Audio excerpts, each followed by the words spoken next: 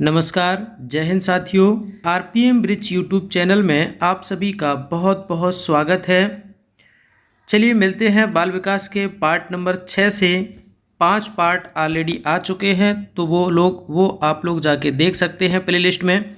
आपको मैं एक इम्पॉर्टेंट न्यूज़ दे दूं कि इस पीडीएफ को हम क्रम बाय क्रम यानी कि पूरे इम्पॉर्टेंट क्वेश्चन की हमने ऑलरेडी लगभग 200 प्लस पेज जो है वो कंप्लीट कर लिए हैं एक ही पीडीएफ में। तो उसी में छोटे छोटे पार्टों में यहाँ पर वीडियो आपको हम प्रोवाइड करा रहे हैं। तो वीडियो को आपको इस ढंग से देखना है कि सबसे पहले part number 1, part number 2, part number 3, part number 4, part number 5, part number 6, इस तरीके से आपको देखते हुए आगे बढ़ना है, क्योंकि उसी क्रम में यहाँ पर वीडियो आपको हम प्रोवाइड करा रहे हैं। पूरा एक तरफ से आपको देखना है, स्टार्ट करना है, कोई भी आपको पार्ट जो है वो मिस नहीं करना है। ये आपके लिए एक महत्वपूर्ण खबर थी। तो चलिए श्रृंखला की शुरुआत करते हैं। आज का जो है वो आपका पार्ट नंबर 6 है। 5 पार्ट ऑलरेडी आ चुके हैं, तो वो लोग आप लोग जाकर देख सकते हैं। तो चलिए बिना देरी किए हुए श्रृंखला की शुरुआत करते हैं। लेकिन उससे पहले जो भी हमारे यूट्यूब चैनल पर नए हैं तो प्लीज़ चैनल को सब्सक्राइब कर लीजिए। जिन लोगों ने चैनल अभी तक सब्सक्राइब नहीं किया है तो चैनल को प्लीज़ सब्सक्राइब कर लीजिए, जिससे कि कोई भी नई वीडियो अपलोड होते ही नोटिफिकेशन पहुंच सके आप तक, और उस नोटिफिकेशन पर क्लिक करके पूरा वीडियो अंत तक आप देख सकते हैं। अगर वीडियो आपको पसंद आता है तो वीडियो को लाइक और शेयर ज़रूर करें, और अपने साथियों को भी चैनल सब्सक्राइब के लिए और वीडियो शेयर करना ना भूलें। चलिए श्रृंखला की शुरुआत करते हैं। आज का जो आपका है पार्ट नंबर 6 लिखा हुआ है कि मापन के 4 चरों का विभाजन। मापन के चरों को 2 भागों में बांटा गया। कौन कौन से 2 भाग हैं? गुणात्मक चर और मात्रात्मक चर। तो सबसे पहले बात करते हैं गुणात्मक चर की। ऐसे चर जिनका मापन तो होता है लेकिन मापन की कोई इकाई नहीं होती है, जैसे बुद्धि और व्यक्तित्व। नंबर 2 अगर बात करें कि मात्रात्मक चर, ऐसे चर जिनके मापन की इकाई होती है, जैसे लंबाई, चौड़ाई, वजन। आगे बढ़ते हैं। मात्रात्मक चरों को फिर से 2 भागों में बांटा गया। बहुत ही इंपॉर्टेंट है, समझते हुए चलना है धीरे धीरे। मात्रात्मक चरों को फिर से 2 भागों में बांटा गया है। सतत चर, इन चरों का मापन दशमलव में भी हो सकता है, जैसे लंबाई, चौड़ाई। असतत चर, इन चरों को सिर्फ पूर्णांकों में व्यक्त करते हैं, जैसे कक्षा के छात्रों की संख्या या परिवार के सदस्यों की संख्या। उम्मीद है आप लोग समझ गए होंगे। चलिए आगे बढ़ते हैं। मापन के स्तर, मापन के कौन कौन से स्तर हैं, आइए उन स्तरों के बारे में जानते हैं। स्टीवेंसन ने मापन के 4 स्तर बताए हैं। कौन कौन से 4 स्तर बताए हैं? तो चलिए आइए बात करते हैं। सबसे पहला नामित मापन, यहाँ गुण को नाम मान लेते हैं। क्रमिक मापन, पॉइंट नंबर 2, क्रमिक मापन, यहाँ नाम और क्रम दोनों पता होते हैं। अंतराल मापन, इसमें नाम क्रम के अलावा एक अंतराल भी दिया जाता है। आनुपातिक मापन, इसमें ऊपर के तीनों स्तर के साथ साथ परम शून्य भी आता है, तथा यह स्तर इकाई से भी स्वतंत्र होता है, इसलिए यह सबसे अच्छा स्तर है। आगे बढ़ते हैं। मापन की परिभाषाएं, तो अब हम जानते हैं मापन की परिभाषाओं, किस वैज्ञानिक ने किस मत अनुसार अपना मत दिया है। बात करें कैंपबेल, निश्चित नियमों के अनुसार वस्तुओं एवं घटनाओं को अंकों में प्रकट करना मापन है। स्टीवेंसन की बात करें तो निश्चित नियमों के अनुसार वस्तुओं को अंक प्रदान करना मापन कहलाता है। हेल्मस्टेटर की बात करें तो मापन को एक प्रक्रिया के रूप में परिभाषित किया जा सकता है, जिसमें किसी व्यक्ति या पदार्थ में निहित विशेषता का आंकिक वर्णन होता है। नेक्स्ट आगे बढ़ते हैं। वेडफील्ड एवं मॉर्डॉक मापन प्रक्रिया में किसी घटना या तथ्य के विभिन्न आयामों को प्रतीक निर्धारित करते हैं, जिससे उस घटना या तथ्य की वास्तविक स्थिति का निर्धारण हो सके। ई ए पील की बात करें, मापन का उद्देश्य एक व्यक्ति को संतुलित व्यक्ति प्रदान करना है, ताकि वह समाज की विभिन्न भूमिकाओं का कुशलतापूर्वक निर्वाह कर सके। आगे बढ़ते हैं। मूल्यांकन की बात करें, मापन द्वारा किए गए अंकों या न मापे जाने वाली विशेषताओं का गुण दोष विवेचना करना मूल्यांकन है। मूल्यांकन के 2 प्रकार होते हैं। कौन कौन से? रचनात्मक या रूपात्मक मूल्यांकन, शिक्षण के दौरान ही मूल्यांकन करना। नंबर 2 योगात्मक या संकल्पात्मक मूल्यांकन, शैक्षिक सत्र के अंत में मूल्यांकन करना। तो दोनों में अंतर आप लोग स्पष्ट है, उम्मीद है कि समझ गए होंगे। आगे बढ़ते हैं।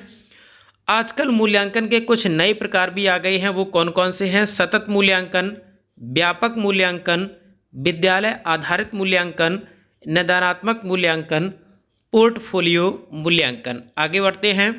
मूल्यांकन के चरण, मूल्यांकन के कौन कौन से चरण हैं? मूल्यांकन की विषय वस्तु निर्धारित करना, मूल्यांकन का उद्देश्य निर्धारित करना, मूल्यांकन की विधियों का चयन, आंकड़े इकट्ठा करना, आंकड़ों का विश्लेषण करना, निष्कर्ष निकालना। नेक्स्ट आगे बढ़ते हैं। मूल्यांकन के उद्देश्य, ये बहुत ही महत्वपूर्ण टॉपिक चल रहा है, यहाँ से क्वेश्चन बनता है तो आपको समझते हुए चलना है। मूल्यांकन के उद्देश्य कौन कौन से उद्देश्य हैं? ज्ञान की परख, वर्गीकरण, चयन, निदान एवं उपचार, अधिगम के लिए प्रेरणा, शिक्षण की प्रभावशालिता जानना, पाठ्यक्रम शिक्षण विधि में सुधार लाना। आगे बढ़ते हैं। परिभाषाएं। कोठारी आयोग, ये बहुत ही महत्वपूर्ण आयोग है प्यारे साथियों। कोठारी आयोग, मूल्यांकन एक सतत प्रक्रिया है जो संपूर्ण शिक्षा प्रणाली का अभिन्न अंग है तथा शैक्षिक उद्देश्यों की प्राप्ति से घनिष्ठ रूप से जुड़ी है। डोंडेकर की बात करें तो मूल्यांकन की एक परिभाषा एक व्यवस्थित प्रक्रिया के रूप में की जा सकती है जो यह निश्चित करती है कि सीमा तक छात्र शैक्षिक उद्देश्य प्राप्त करने में सफल रहा। रेमर्स व गेज की अगर बात करें तो मूल्यांकन व्यक्ति और समाज दोनों की दृष्टि से उत्तम एवं वांछनीय तरीकों से किया जाता है। क्विलेन एवं हन्ना की अगर बात करें तो विद्यालय द्वारा छात्र के व्यवहार परिवर्तन संबंधी आंकड़ों का संकलन और विश्लेषण ही मूल्यांकन है। नेक्स्ट आगे बढ़ते हैं। नोट, एनसीईआरटी में मूल्यांकन का एक त्रिकोण बनाया है जिसमें मूल्यांकन, शैक्षिक उद्देश्य तथा अधिगम अनुभव आते हैं। चलिए आगे बढ़ते हैं। अधिगम, अब जानते हैं कि अधिगम क्या होता है, यानी कि किसी चीज को सीखना, समझना अधिगम कहलाता है। वीएफ स्किनर का सिद्धांत, स्किनर के अधिगम के सिद्धांत को निम्नलिखित नामों से जानते हैं। कौन कौन से नाम हैं, आइए उनको भी जान लेते हैं एक नज़र में। क्रिया प्रसूति अधिगम, ये बहुत ही महत्वपूर्ण टॉपिक चल रहा है, समझते हुए चल रहा है। मैं बार बार आपको बोल रहा हूँ, कोई भी स्टेप आपको स्किप नहीं करना है। क्रिया प्रसूति अधिगम, आर टाइप अनुबंधन, सक्रिय अनुकूलन, नैमित्तिक अनुकूलन, सम्मिलीकृत अनुक्रिया सिद्धांत, अनुक्रिया उद्दीपक सिद्धांत। पॉइंट नंबर 7, प्राचीन अनुबंधन सिद्धांत। नेक्स्ट आगे बढ़ते हैं। सिद्धांत का सारांश, सिद्धांत का सारांश क्या, आइए एक नज़र में देख लेते हैं। किसी अनुक्रिया का दोबारा होना या ना होना अनुक्रिया से मिलने वाले दंड या पुरस्कार पर निर्भर करता है।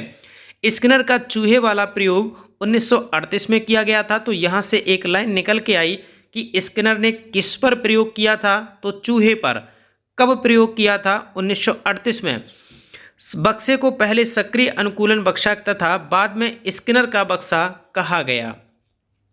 स्किनर के कबूतर वाले प्रयोग में शामिल बक्से को कबूतर पेटका कहते हैं।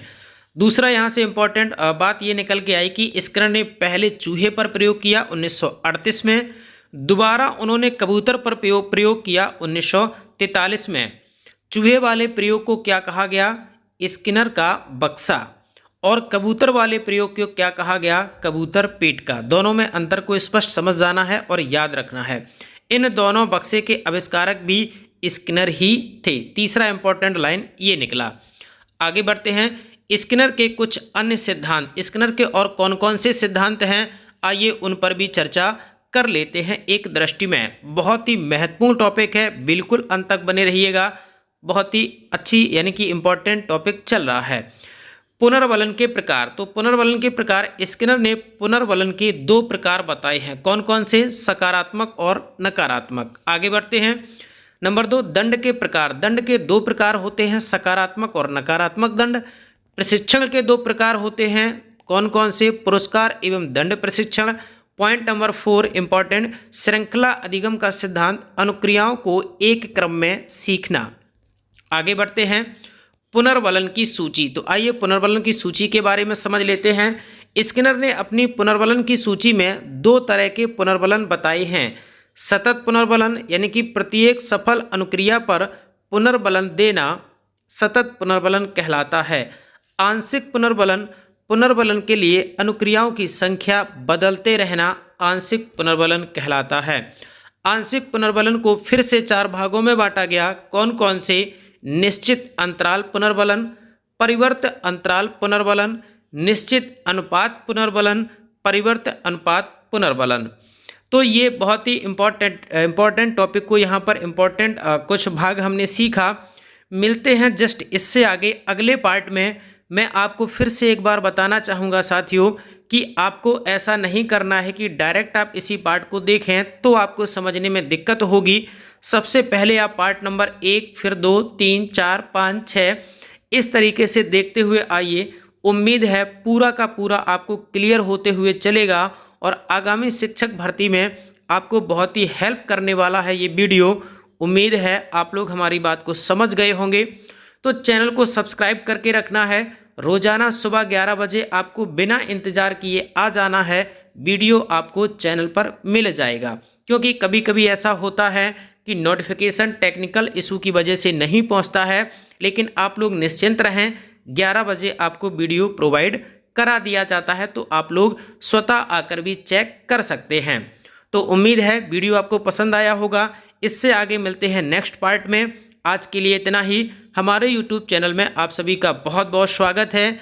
जो भी लोग हमारे यूट्यूब चैनल पर नए हैं तो सब्सक्राइब किए बिना बिल्कुल नहीं जाना है। और अगर आपको वीडियो और ये श्रृंखला अगर पसंद आ रही है तो वीडियो को लाइक और शेयर करना बिल्कुल भी नहीं भूलना है। धन्यवाद।